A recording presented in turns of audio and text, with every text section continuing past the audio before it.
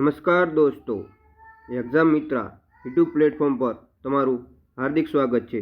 ઘણા સમયથી તમે રાહ જોઈ રહ્યા હતા એ ગુજરાત પોલીસની ભરતી આવી ગઈ છે। ચલો આપણે ડિટેલમાં વાત કરતાં પહેલાં તમે હજી સુધી અમારી આ એક્ઝામ મિત્ર યુટ્યુબ ચેનલને સબસ્ક્રાઈબ ના કરી હોય તો સબસ્ક્રાઈબ કરી દો અને વિડીયોને અંત સુધી જોજો અને વિડીયોને લાઇક કરવાનું ભૂલશો નહીં। તો ચાલો શરૂઆત કરીએ। તો ગુજરાત પોલીસ ભરતી બોર્ડ દ્વારા વર્ગ 3ની કુલ 13,591 જગ્યા ભરવા માટે અરજીઓ માંગવામાં આવી છે ઓનલાઈન।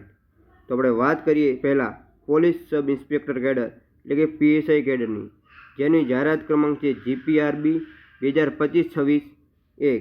તો વાત કરીએ જગ્યાની અને તેની શૈક્ષણિક લાયકાતની। તો પીએસઆઈની અંદર બિન હથિયારી પોલીસ સબ ઇન્સ્પેક્ટરની કુલ 659 જગ્યાઓ છે, જ્યારે હથિયારી પોલીસ સબ ઇન્સ્પેક્ટરની અંદર 129, જ્યારે જેલર ગ્રુપ 2ની અંદર 70 છે। આમ કુલ પોલીસ સબ ઇન્સ્પેક્ટર કેડર એટલે કે પીએસઆઈ કેડરની 858 જગ્યાઓ પર ભરતી થઈ છે। વાત કરીએ પોલીસ સબ ઇન્સ્પેક્ટર કેડરની શૈક્ષણિક લાયકાત, તો જેની અંદર બેચલર્સ ડિગ્રી કોઈપણ ક્ષેત્રમાં ફિલ્ડમાં ગ્રેજ્યુએશન એટલે કે સ્નાતક કક્ષાની ડિગ્રી જોઈશે। તેના પછી વાત કરીએ હવે આપણે લોકરક્ષક કેડરની, જેની જાહેરાત GPRB 2025-26-1 છે, જેની અંદર વિવિધ સંવર્ગની વાત કરીએ અને તેની ખાલી જગ્યાઓની વાત કરીએ તો બિન હથિયારી પોલીસ કોન્સ્ટેબલની ટોટલ જગ્યા છે 6,942, જ્યારે હથિયારી પોલીસ કોન્સ્ટેબલની જગ્યા છે 2,458।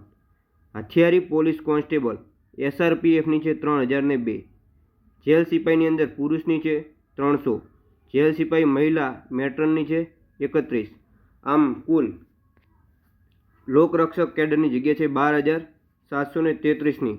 જો વાત કરીએ પીએસઆઈની તો જે કુલ જગ્યા છે 858, જ્યારે વાત કરીએ લોકરક્ષકની જેની અંદર છે 12,733, જે બહુ મોટી ભરતી છે। વાત કરીએ લોકરક્ષક કેડરની કોન્સ્ટેબલની શૈક્ષણિક લાયકાત, તો જેની અંદર છે હાયર સેકન્ડરી સ્કૂલ એટલે કે HSC, મતલબ કે 12 પાસ પર ભરતી છે આ। વાત કરીએ વધારે ડિટેલમાં તો આવે ઉપર જણાવેલ તમામ સંવર્ગની ખાલી જગ્યાઓ ભરતી અંગેની વિગત OJSGujarat.gov.in વેબસાઇટ પર અને ભરતી બોર્ડની વેબસાઇટ gprb.gujarat.government.in પર મૂકવામાં આવનાર છે, જેના માટે ટાઈમસર આ નોટિફિકેશન જોવાની રહેશે। વાત કરીએ મહત્ત્વની તારીખની, તો કે 3/12/2025ના રોજ ફોર્મ ભરાવાના ચાલુ થશે અને 23/12 જેની અંતિમ તારીખ છે। તો મિત્રો, આ ઓફિશિયલ માહિતી નિર્જા ગોટરુ એટલે પોલીસ ભરતી બોર્ડના અધ્યક્ષ દ્વારા મૂકવામાં આવી છે।